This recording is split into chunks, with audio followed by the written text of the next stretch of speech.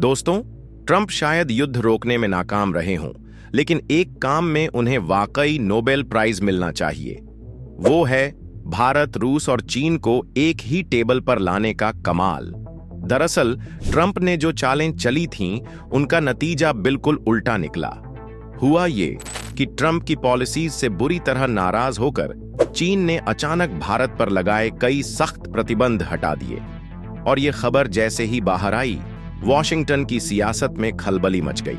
जरा सोचिए, जिन tunnel boring मशीनों, रेयर अर्थ मिनरल्स और हाईटेक मैग्नेट्स की सप्लाई पर रोक लगाकर चीन भारत की इंफ्रास्ट्रक्चर और टेक्नोलॉजी इंडस्ट्री पर दबाव डाल रहा था, वही रोक अब खत्म हो चुकी है। इसका मतलब साफ है, खेल अब पूरी तरह पलट चुका है। अमेरिका को सबसे बड़ा डर यही था कि अगर चीन भारत की दूरी घट गई तो उसकी ग्लोबल स्ट्रेटजी हिल जाएगी, और वही डर आज हकीकत बन चुका है। हाल ही में जब चीनी विदेश मंत्री वांग यी भारत दौरे पर आए, तो उनकी मुलाकात विदेश मंत्री एस जयशंकर, एनएसए अजीत डोभाल और प्रधानमंत्री नरेंद्र मोदी से हुई। मुलाकात खत्म होते ही जो घटनाएं सामने आईं, उन्होंने न सिर्फ अमेरिका को हिला दिया, बल्कि पूरी दुनिया को एक नए दौर की ओर धकेल दिया। दोस्तों, संकेत अब बिल्कुल साफ हैं। ग्लोबल पावर बैलेंस में एक बार फिर से बड़ा बदलाव होने वाला है, और इस बार भारत की इंडस्ट्रियल ताकत एक नए अंदाज में दुनिया के सामने उभरने जा रही है। दरअसल जैसे ही चीन के विदेश मंत्री का भारत दौरा पूरा हुआ, उसके तुरंत बाद जो सबसे बड़ी खबर सामने आई, उसने हर किसी को चौंका दिया।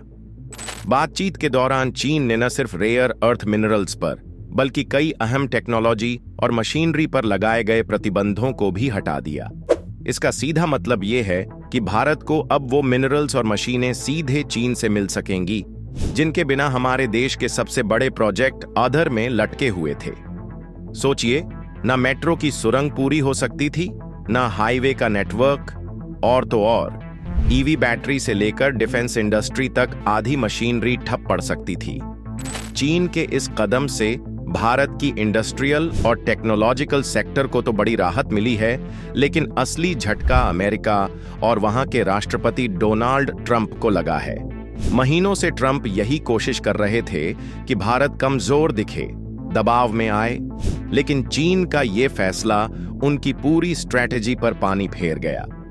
दोस्तों, ध्यान दीजिए, दुनिया के 90% रेयर अर्थ मिनरल्स अकेले चीन के पास हैं। ये मामूली बात नहीं है। मोबाइल की चिप से लेकर computer hardware, missile system, fighter jet, EV battery, solar panel और विंड टर्बाइन, हर जगह इन मिनरल्स का इस्तेमाल होता है। यानी अगर चीन इनकी सप्लाई भारत को रोक देता, तो इसका असर सीधे हमारी डिफेंस कैपेबिलिटी, टेक्नोलॉजी और मैन्युफैक्चरिंग इंडस्ट्री पर पड़ता। यही ट्रंप की पूरी उम्मीद थी। चीन हमें ब्लॉक करेगा और अमेरिका हमें टैरिफ लगाकर घुटनों पर ला देगा। लेकिन हकीकत में हुआ ठीक इसका उल्टा। लेकिन दोस्तों, यहां खेल पलट गया। चीन ने वही किया जिसकी उम्मीद सबसे कम थी। सप्लाई रोकने के बजाय उसने दरवाजे खोल दिए, और इस कदम से उसने साफ संदेश दे दिया कि एशिया की राजनीति भारत के बिना संभव ही नहीं है। जरा सोचिए, जिस भारत को ट्रंप बार बार कमजोर दिखाने का सपना देख रहे थे, वही भारत आज तीनों महाशक्तियों को अपनी शर्तों पर चला रहा है।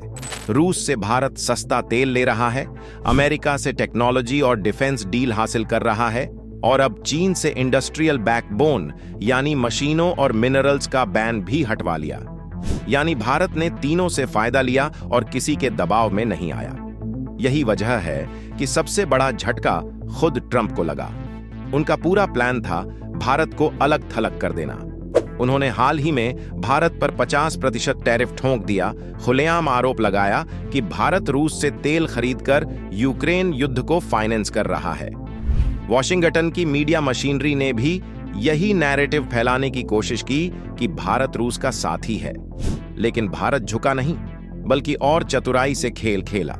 रूस से तेल लेना जारी रखा, चीन से सप्लाई खुलवा ली, और अमेरिका को डिफेंस और टेक्नोलॉजी डील से जोड़े रखा। दरअसल विदेश मंत्री जयशंकर ने बीजिंग यात्रा के दौरान ही साफ कह दिया था, अगर चीन रिश्ते सुधारना चाहता है तो सबसे पहले व्यापार पर लगाए गए छुपे हथकंडे हटाए, और चीन ने यह संदेश समझ भी लिया। नतीजा ये हुआ कि भारत के रुके हुए बड़े प्रोजेक्ट्स को अब फिर से नई रफ्तार मिलने वाली है। दोस्तों, अब तस्वीर साफ है। मेट्रो की सुरंगों से लेकर हाईवे तक, ईवी बैटरियों से लेकर डिफेंस इंडस्ट्री तक, हर सेक्टर को जबरदस्त राहत मिलने वाली है। लेकिन सबसे बड़ा झटका किसे लगा है? सीधे सीधे ट्रंप की इमेज को। क्योंकि याद रखिए, अमेरिका हमेशा खुद को दुनिया का सबसे बड़ा डील मेकर कहता आया है। ट्रंप की पूरी पॉलिटिकल पहचान इसी पर टिकी थी कि वह दबाव डालकर डील करवाते हैं। लेकिन इस बार भारत ने उन्हें उसी खेल में मात दे दी। ट्रंप ने ब्लैकमेल करने की कोशिश की, भारत पर भारी भरकम टैरिफ ठोका, लेकिन भारत दबाव में झुका नहीं। उल्टा चीन से सप्लाई खुलवाकर पूरा पासा ही पलट दिया और अमेरिका को डिफेंसिव पोजीशन में डाल दिया। यह सिर्फ एक राहत नहीं, बल्कि भारत की डिप्लोमेटिक जीत और ट्रंप की रणनीतिक हार है। अब वॉशिंगटन के थिंक टैंक और मीडिया भी खुलकर मान रहे हैं कि अगर भारत और चीन की नजदीकी बढ़ती है तो ये अमेरिका के लिए सबसे खतरनाक स्थिति होगी, क्योंकि भारत चीन का आर्थिक सहयोग सीधे सीधे एशिया में अमेरिका की पकड़ को ढीला कर देगा। दोस्तों, यही वजह है कि आज ट्रंप पूरी तरह बौखला चुके हैं। अब वे भारत पर नए नए इल्जाम लगाने में जुट गए हैं। लेकिन सच्चाई ये है कि भारत ने अपनी रणनीति से तीनों महाशक्तियों रूस, अमेरिका और चीन को एक साथ साध लिया है। और ध्यान रहे, ये सिर्फ मिनरल्स की कहानी नहीं है, ये है 21वीं सदी की असली ताकत। क्योंकि रेयर अर्थ मिनरल्स के बिना मोबाइल नहीं बन सकते, मिसाइलें नहीं चल सकती, ईवी और ग्रीन एनर्जी की क्रांति रुक जाएगी और ड्रोन, एरोस्पेस, डिफेंस जैसे पूरे सेक्टर ठप पड़ जाएंगे। यानी चीन ने जो सप्लाई लाइन भारत के लिए खोली है वो किसी ऑक्सीजन सिलेंडर से कम नहीं। तो अब ट्रंप का गुस्सा लाजमी है।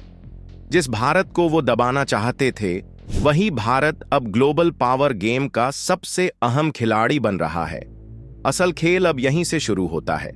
वॉशिंगटन के हर थिंक टैंक की रिपोर्ट यही कह रही है कि अगर भारत और चीन की नजदीकी और बढ़ी तो एशिया पर अमेरिका की पकड़ ढीली पड़ जाएगी।